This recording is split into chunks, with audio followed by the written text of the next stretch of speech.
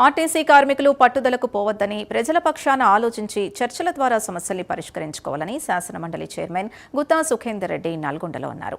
ఆత్మహత్యల వల్ల కుటుంబాలు వీధిన పడతాయని, కార్మికులెవ్వరూ తీవ్ర నిర్ణయాలు తీసుకోవద్దని కోరారు. సమ్మె విరమించే దిశగా అడుగులు వేయాలని విజ్ఞప్తి చేశారు గుత్తా సుఖేందర్ రెడ్డి. యాసంగి ధాన్యం కొనుగోళ్లు వేగంగా జరుగుతున్నా తాలు సమస్య రైతులను ఇబ్బంది పెడుతోందని తెలిపారు. ఆయన విత్తనాల లోపాల వల్లే ఈ సమస్య తలెత్తినట్లు అధికారులు తెలిపారని చెప్పారు. అకాల వర్షాల ముప్పున్నందున ధాన్యాన్ని మిల్లులకు తరలించి ప్రక్రియను వేగంగా చేయాలని గుత్తా సుఖేందర్ రెడ్డి పిలుపునిచ్చారు.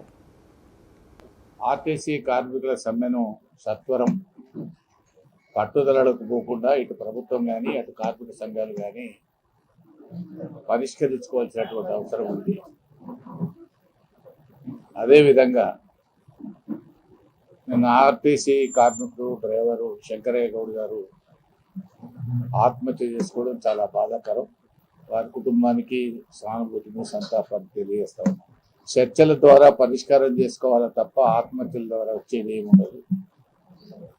దానివల్ల మన కుటుంబాలు నష్టపోతాయి. కొందరు ప్రేరేపిస్తుంటారు, వాటిని పట్టించుకోవాల్సినటువంటి అవసరం లేదు. అదేవిధంగా ప్రభుత్వాన్ని కూడా వెసులుబాటును, ప్రభుత్వం యొక్క ఆర్థిక పరిస్థితులను కూడా మనం చూసుకోవాల్సినటువంటి అవసరం. అదేవిధంగా రెండో ప్రధాన సమస్య ఈ యాసంగి పంట కొనుగోళ్ల విషయంలో ఇప్పటికీ రాష్ట్ర వ్యాప్తంగా 4,543 కేంద్రాల ద్వారా వడ్లను కొనుగోలు చేస్తూ ఉన్నారు. ఎన్నడలేని విధంగా ఈసారి తాలు సమస్య ఎక్కువగా ఉంది. దానికి కారణం ఏంటి అనేటువంటి విశ్లేషణ చేసినప్పుడు సీడులో కూడా కొంత లోపం. ఆర్టీసీ కార్మికులు ఆవేదనకు గురి కావద్దు.